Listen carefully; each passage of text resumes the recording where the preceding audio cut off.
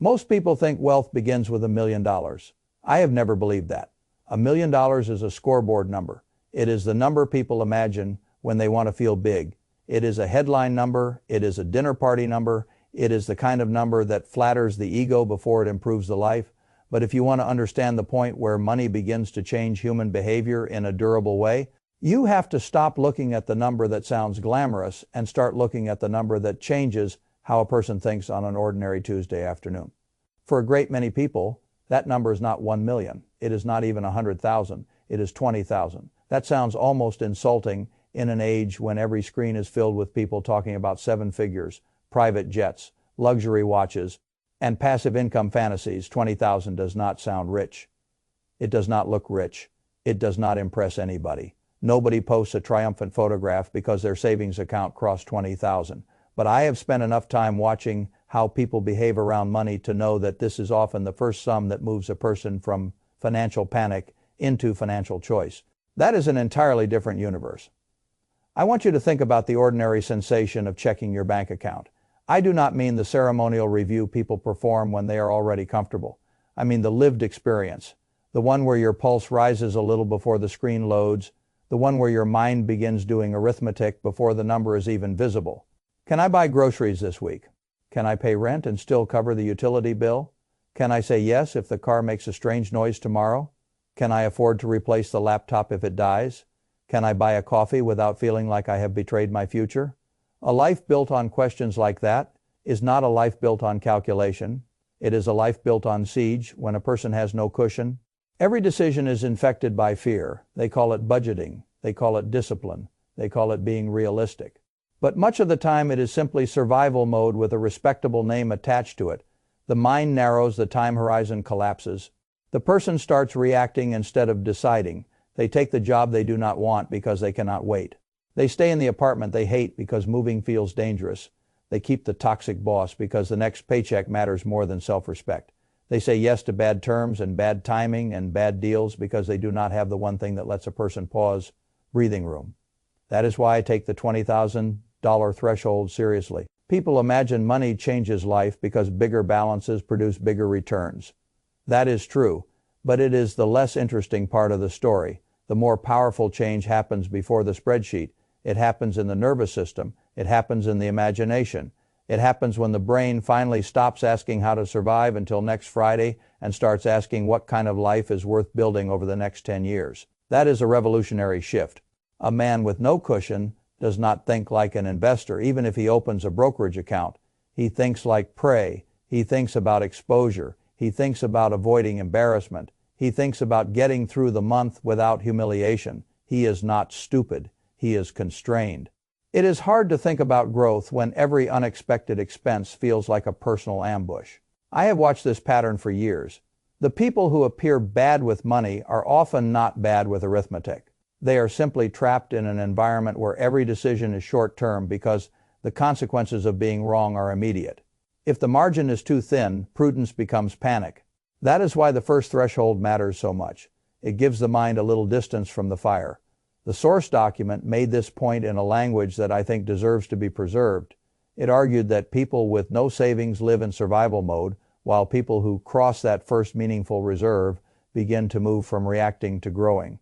It also pointed to a Vanguard finding that even $2,000 in emergency savings materially improves financial well-being, and that pushing the reserve toward 3 to 6 months of living expenses, which for many households lands around $20,000, creates another substantial jump in financial well-being.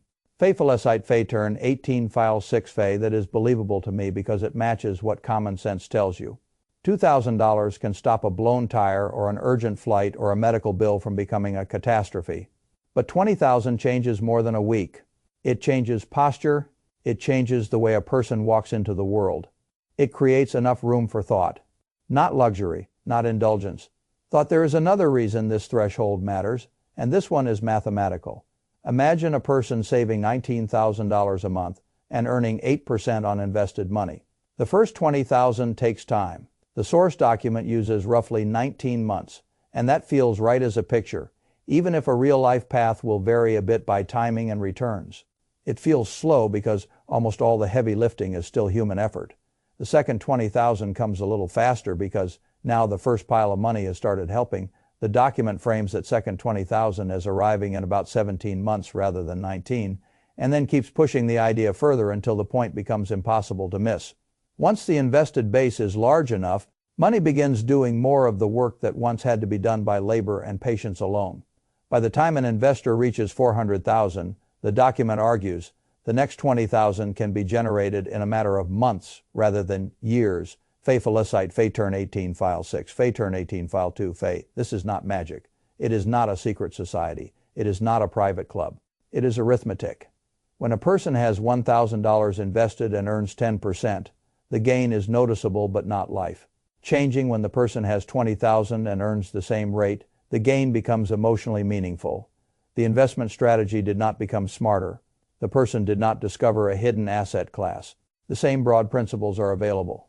The scale changed, and the scale made the percentages matter in daily life. Fay Felicite, Fay Turn 18, File 2, Fay. That is a lesson most people absorb too late. They think wealth is built by finding the perfect stock, the perfect side hustle, the perfect tax trick, the perfect shortcut. In reality, wealth is often built by crossing a threshold where the machine finally begins to assist the operator. The first engine is behavior. The second engine is capital. The mistake is trying to skip the first and jump directly to the second.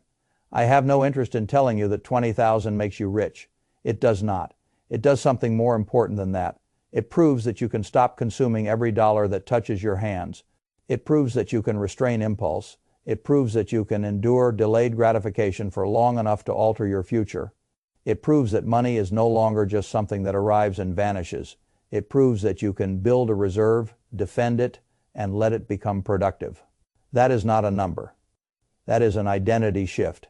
If you begin from zero and reach 20,000, honestly, you did not get there by accident. Unless you were handed an unusual stroke of luck, you had to say no many times while others were saying yes. You had to look at small temptations and keep walking. You had to track where the cash was leaking. You had to notice what sort of purchases made you feel better for 10 minutes and worse for 10 months. You had to learn that discipline is not a dramatic act. It is a repeated refusal to make yourself weaker in exchange for temporary relief. Once a person has done that long enough to accumulate 20,000, the person is no longer the same creature who began the process that matters, because future decisions are made by the current self, not by the self that made all the earlier mistakes. If you have taught yourself to save 20,000, you have already rehearsed the core act at the heart of compounding, giving up a smaller present pleasure for a larger future freedom. People dismiss this as motivational language. I do not. I think it is mechanical language. Habits are machinery. Identity is machinery. A person who has proved he can save is operating with better machinery than a person who is still telling himself he will become disciplined someday. This is where the story gets more interesting. Once the reserve is in place, the world stops looking like a map of threats and starts looking like a field of options. That change is easy to miss if you have never lived without it. But it is one of the biggest differences between people who merely earn and people who steadily build. Suppose the car breaks down. If you have nothing, the event is not merely inconvenient. It becomes a chain reaction. You miss work, you borrow at bad terms, you use the credit card again, you pay interest on desperation. One small event acquires a second and a third penalty. But if you have 20,000, the same event is irritating and expensive without being structurally destabilizing. That difference is enormous. It means inconvenience no longer becomes collapse. The same is true of opportunity. If a friend mentions a business idea and wants a small amount of seed capital, the broke person cannot even evaluate the idea. Honestly, the answer is predetermined by the absence of spare capital. If a conference could improve your career but the company will not pay, you cannot ask whether the trip is worth it. The answer is blocked by cash scarcity. If a better apartment, a relocation, a short course, or a stretch job requires a few $1,000s and a few months of tolerance for uncertainty. The person with no cushion cannot run the numbers in any real sense. The person with a reserve can. The reserve does not guarantee good judgment, but it creates the possibility of judgment. The source document captured this cleanly when it said money goes to money, not because of cosmic favoritism, but because having money gives people options. And options create opportunities to make more money. Fay Felicite, Fay Turn 18, File 5, Fay. I have found that to be one of the least mystical and most useful truths in finance. What people call luck is often optionality wearing a disguise. If you can act when the window opens, you appear lucky to those who could only watch. If you can endure 6 months of uncertainty while pursuing something better, you appear brave to those who were never in a position to take the risk. But much of what is described as courage is merely reserved capital meeting preparation. That is why I am less interested in tiny daily economies than in structural decisions. When a person is broke, he obsesses over small choices because small choices are the only ones he feels he can control. Brand name cereal or generic homemade coffee or a $3 purchase, premium gasoline or regular. Those choices matter at the margin, and I do not despise the margin, but the margin is not where great fortunes are usually made or lost. The source document makes this point well. Once the foundation exists, the mind shifts away from microscopic purchases and toward the large recurring decisions that determine long-term wealth: where you live, what you drive, how much you save, where you invest, and what fixed obligations you carry. Fay file site Fay turn 18 file 5 Fay. I would go even further. A person can ruin himself while boasting about saving on coffee. He can haggle over tiny expenses and then sign a terrible lease, buy too much house, finance a depreciating vehicle, carry a lifestyle designed to impress people who are not paying his bills, and undo 10 years of small discipline with 3 grand gestures of vanity. I have seen people live like this. Their budget is tight, their image is polished, and their net worth is a rumor. 20,000 changes the conversation because it introduces the idea of opportunity cost in a way the body can actually feel. Before that threshold, a car payment is usually judged by one question: can I make the monthly payment? After that threshold, a better question becomes available: what is this purchase stealing from me over the next 10 or 20 years? That is a richer question. It is a more adult question. It is a more honest question. It pulls the mind out of installment thinking and into ownership thinking. The source material used the car example because it is vivid and because it hurts. It argued that many people spend $600 to $800 a month over decades on transportation, and that the lifetime cost can easily run into hundreds of thousands of dollars. It also made the painfully simple point that a new car loses about 20% of its value the moment it leaves the lot, while the same money invested in productive assets has the potential to multiply instead of shrink. Then it drove the knife deeper by saying that a $30,000 car is not just a $30,000 car. It is also the future value that money might have reached had it been allowed to compound, which the document framed as more than $200,000 over 20 years in one illustration. Fay file site Fay turn 18 file 1 Fay turn 18 file 0 Fay. That is the kind of arithmetic people do not like because it makes desire look expensive. And desire is expensive not because wanting things is immoral, but because every major purchase silently crowds out another future. A bigger apartment is never just a bigger apartment. It may also be 5 more years before independence.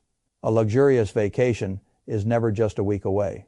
It may also be the lost seed of a later opportunity. A hobby purchased for status rather than joy is never just a hobby. It is rent paid to insecurity. I do not mean that life should be reduced to a spreadsheet. I have never admired joyless misers. I have also never admired people who confuse spending with self-respect. The point is not to squeeze every delight out of life. The point is to know what you are trading. That phrase has saved people a great deal of pain when they are willing to use it. Know what you are trading. You are not trading a few $100s for a car upgrade. You may be trading several years of optionality. You are not trading a larger housing payment for granite countertops and extra square footage. You may be trading the right to take a better job later, the ability to absorb a downturn, the chance to invest aggressively when fear brings bargains into view. You are not trading a flashy lifestyle for admiration. You may be trading calm sleep for applause from people who will forget your purchase by next month. Once a person has 20,000 and begins thinking this way, something subtle but important happens. He often discovers that he does not truly want many of the things he once chased. This is a liberation, not a sacrifice. A man who learns that he does not need the expensive imitation of success has taken a large step toward real power. He becomes harder to manipulate. He becomes less dependent on other people. As standards, he becomes less likely to mortgage his future for appearances. That same threshold also changes the relationship with work. And I consider this one of the most underappreciated parts of the story. When a person lives paycheck to paycheck, he does not negotiate. He pleads. Even when the pleading is silent, he may speak confidently, but his circumstances are making decisions underneath the words. The terrible boss knows it. The mediocre employer knows it. The organization that keeps asking for more knows it. The employee may talk about loyalty or patience or stability. But frequently what is really happening is simple captivity. A reserve changes that. The source document used a phrase I like very much. It called $20,000 walking away money. That does not mean walking away recklessly.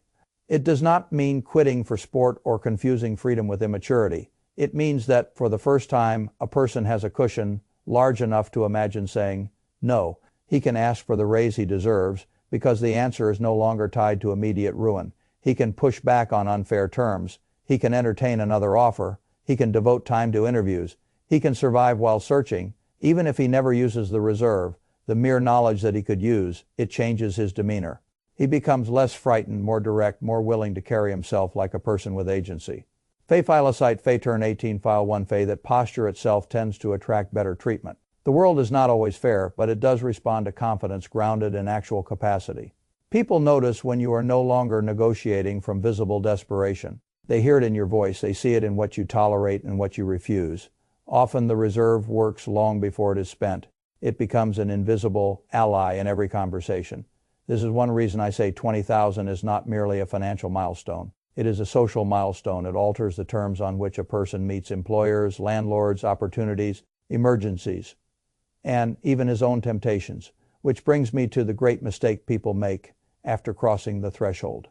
They celebrate by destroying the threshold. They save faithfully, suffer patiently, arrive at 20,000, feel stronger for the first time in years, and then treat the reserve as proof they deserve a lifestyle reward.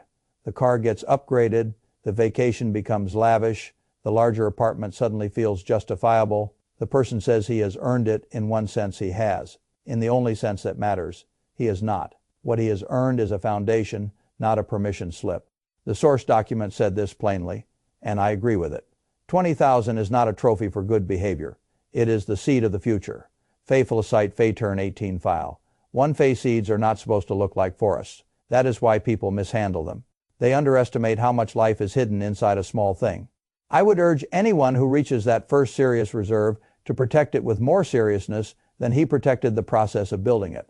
The hardest money most people will ever save is the first meaningful pile. The second pile is aided by the first. The third pile is aided by the first two. The machine improves once it exists. But if you dig it up every time you feel deprived, you never get the compounding that was supposed to transform your life. This is where discipline ceases to look moral and starts looking strategic. Protecting the reserve does not mean worshiping the reserve. It means assigning it the correct job. The correct job is not to make you feel temporarily successful. The correct job is to alter what life can do to you and what you can do with life. That is a big distinction. I want to make one more point because people hear a message like this and sometimes twist it into joyless austerity. They imagine a gray life built around deprivation. They picture a man who never buys coffee, never travels, never enjoys dinner, never relaxes, never celebrates. That is not what I am describing. I am describing intentionality. I am describing the difference between spending in a way that serves your deepest aims and spending in a way that leaks your future without your permission. Once you understand the force of compounding, you become much more careful about what deserves a permanent claim on your cash flow. That is the real dividing line, not spending versus not spending, intentional spending versus unconscious spending, chosen obligations versus inherited ones, purchases that deepen life versus purchases that merely decorate insecurity. The $20,000 threshold matters because it is often the first point where a person can think with enough clarity to draw those distinctions consistently. That is why I would never mock the number for being too small. It is small only to people who have forgotten what financial suffocation feels like. For the person who has been living one surprise away from humiliation, 20,000 can feel like the first honest breath in years. It can mean the difference between taking the first offer and waiting for the right one. It can mean the difference between panic borrowing and calm problem solving. It can mean the difference between resenting every bill and planning for the next decade. It can mean the difference between asking, "Can I survive?" and asking, "How should I build?" That is a radical difference in the quality of a life, and if you want the uncomfortable truth, most people do not fail to become wealthy because they never discover a brilliant investment. They fail because they never cross the first threshold that gives their mind and their money a chance to cooperate. They keep resetting to zero. They keep rewarding themselves at the precise moment the machine is about to become useful. They keep treating every bit of progress as available for consumption. Then they wonder why the process never gets easier. Of course it never gets easier. They never let it. You do not have to be extraordinary to benefit from this threshold. You do not need a trust fund. You do not need elite access.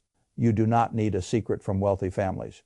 You need a reserve large enough to interrupt survival mode, a behavior strong enough to defend it, and a mind willing to see that your largest financial victories will usually come from a few structural decisions made correctly and repeated for a long time. That is the kind of game I have always respected. Save the first pile, protect the first pile, invest the first pile. Let the first pile change the way you think before you ask it to change the way you look. A person who can do that is far closer to lasting wealth than the person who can imitate wealth on the surface. $20,000 will not make you rich overnight. It may do something better. It may put an end to the most expensive financial state a human being can live in, which is permanent desperation. It may teach you opportunity cost in a language you can feel. It may turn money from a monthly emergency into a long-term ally. It may allow you to stop living as a hostage to every short-term problem. It may even give you the one freedom from which many other freedoms quietly grow. The freedom to say no. I have seen fortunes built on less glamorous beginnings than that. In fact, most real fortunes are. The world loves the finish line because the finish line photographs well. I have always preferred the hinge point, the quiet moment where the engine finally catches. For many people, that engine does not catch at $1 million. It catches when the fear begins to loosen, when the reserve begins to stand between them and chaos, when opportunity cost becomes more real than appearances, and when work stops being a cage and starts becoming a choice. That is why I would take $20,000 seriously. Not because it sounds rich, because it changes the rules. And when the rules change in your favor, you do not need theatrics. You need patience. You need continued discipline. You need the humility not to sabotage the threshold just because you finally reached it. If you can do that, the first $20,000 will not be remembered as the amount that made you wealthy. It will be remembered as the amount that made wealth possible.